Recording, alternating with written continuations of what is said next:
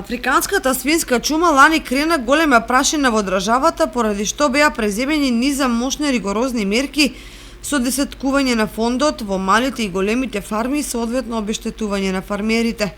Поради тоа, оваа пандемија кај свините се уште е многу важен проблем кој бесне низ 3 континенти и како никогаш досега во историјата.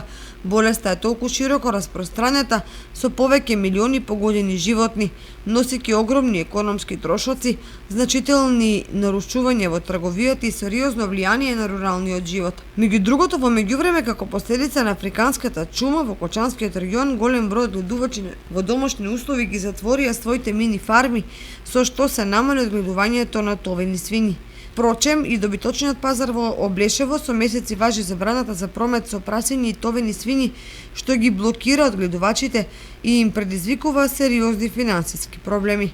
Со оглед на фактот дека ширењето на болеста се уште е актуелно, а и за да се справи со неа, бидејќи во епидемиолошка форма таа се појави во Србија, Бугарија, Романија и Грција, ФАО започна да спроведува онлайн обука за околу 350 ветеринари од Балканот, вклучувајќи ги Северна Македонија, Босна и Херцеговина, Бугарија, Хрватска, Косово, Црна Гора и Србија. Обуката ќе трае 6 недели во текот на јули и август.